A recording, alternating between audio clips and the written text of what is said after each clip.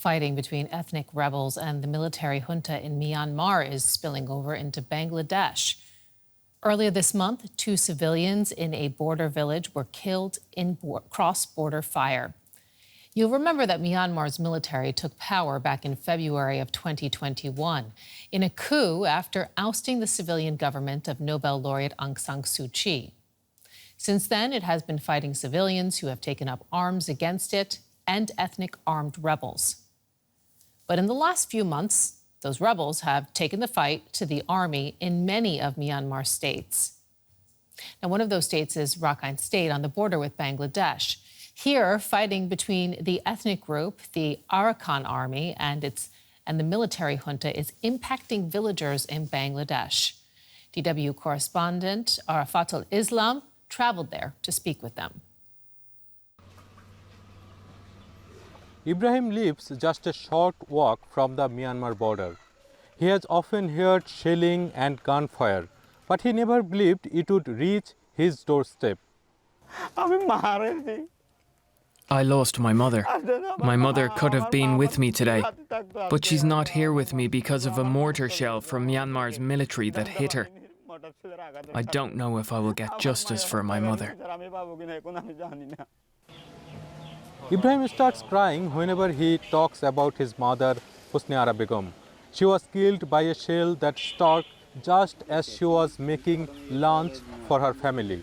Begum lived around 800 meters from the border between the two countries. The explosion also killed a Rohingya man who worked at the house. We started to hear the sounds of a lot of gunfire in the border area at the beginning of February. The sound was so loud that we couldn't sleep at night. Still, the local administration didn't pay attention to it. They didn't alert us. Had they warned us, we would have left the area and taken shelter elsewhere. Villagers here can see the fighting right across the border in Myanmar's Rakhine State, where the Arakan army, an ethnic rebel group, has been battling Myanmar's junta forces for several years. But the violence hasn't stayed there. Locals here also say some rebels smuggle supplies across the border at night, and the fighting has recently intensified. In February, the Arakan army took control of several border checkposts. Around 330 deserters from Myanmar's security forces fled into Bangladesh, trying to escape the fight. Within 2 weeks, Bangladesh handed them back over to Myanmar's junta authorities. But villagers say the border remains unprotected. Bangladeshi citizens living near the Myanmar border remain in fear as the sounds of gunfire and explosions in Myanmar continue.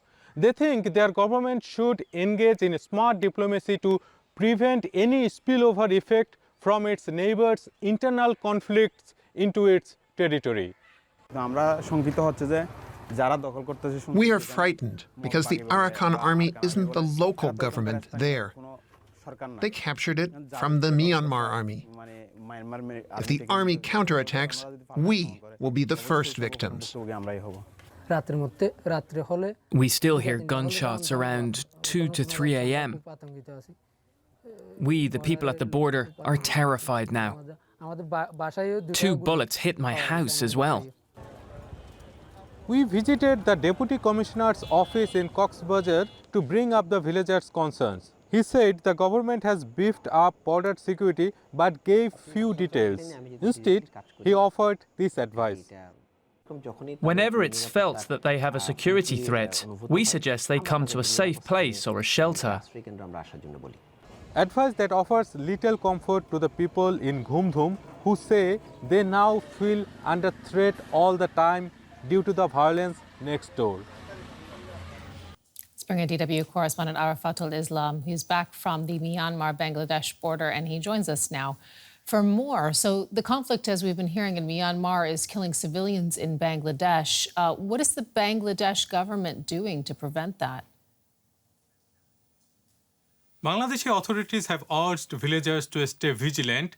They have been advised to move afar from the border to avoid the spillover effect of the conflicts in Myanmar. However, villagers told DW that it's impossible for them to stay far from home for a long time, as most of them are farmers and need to work in their fields to grow their crops.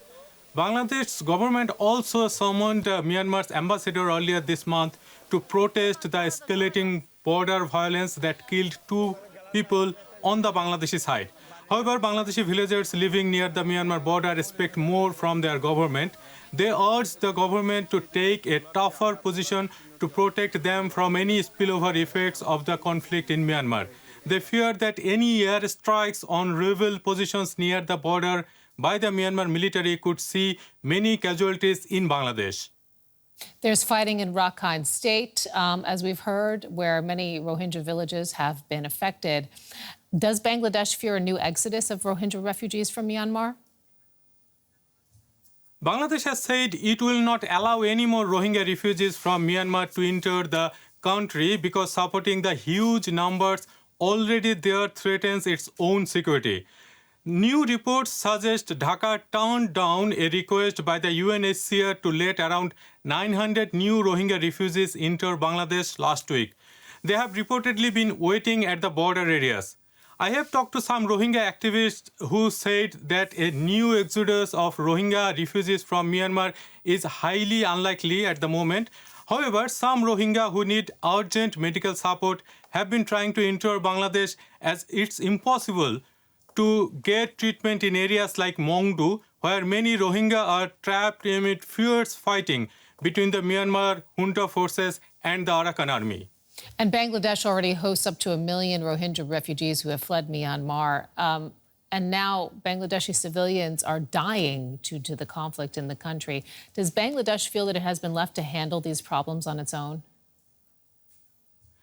It's a reality that Bangladesh is not getting enough support from India and China in its efforts to repatriate Rohingya refugees to Myanmar. The Western community pays the bills of refugees in Bangladesh, but the South Asian country wants to send them back home. Rohingya refugees want Myanmar's citizenship, but the Myanmar government doesn't consider them as its citizens. Given the fact that Myanmar's security forces are losing ground in the Rakhine State, it's highly unlikely that any renewed effort of repatriation will meet with success anytime soon.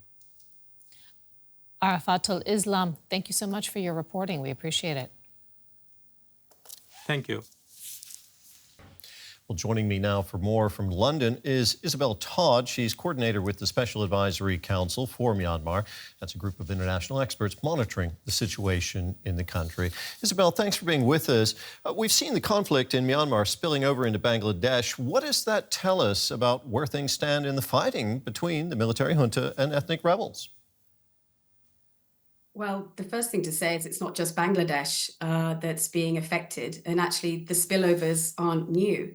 But what we're seeing is the result of regional and international failure to take action to stop the Myanmar military's indiscriminate violence against civilians and resistance forces in Myanmar since pretty much 2021, when the national uprising to its attempted coup began. That uprising has been gaining ground against the military steadily and now quite rapidly since the end of last year.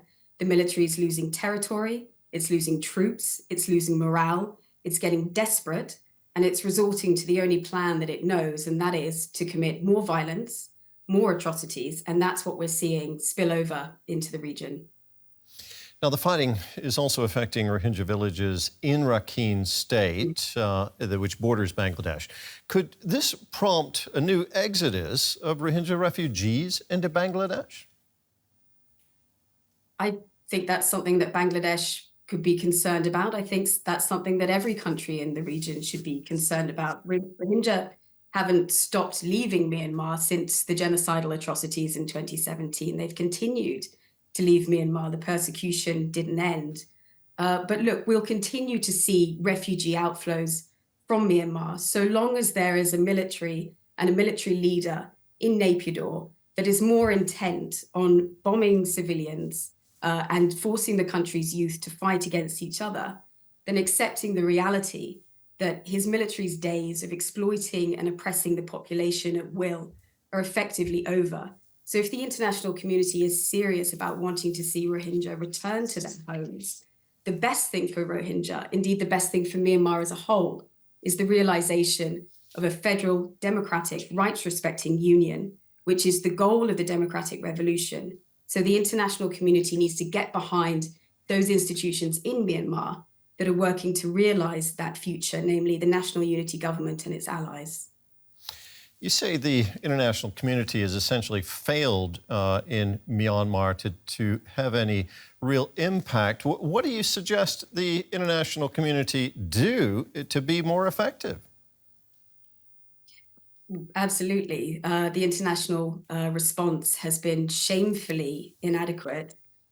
Immediate and effective action needs to be taken to cut the military's capacity to commit human rights violations and other atrocities. So that means an immediate global embargo on all transfers of arms, munitions, and dual-use goods, including critically jet fuel to the military, targeted financial sanctions on assets and other sources of revenue owned by the military and controlled by the military. And finally, serious efforts need to be made to bring the leaders of this military to face justice in international courts. Okay. There are international investigations ongoing, and that needs to happen. It needs to happen. Thank you very much. I'm afraid we're going to have to leave it there. We're just about out of time. That's Elizabeth Todd from the Special Advisory Council for Myanmar. Thank you very much for talking with us. Thanks, Terry.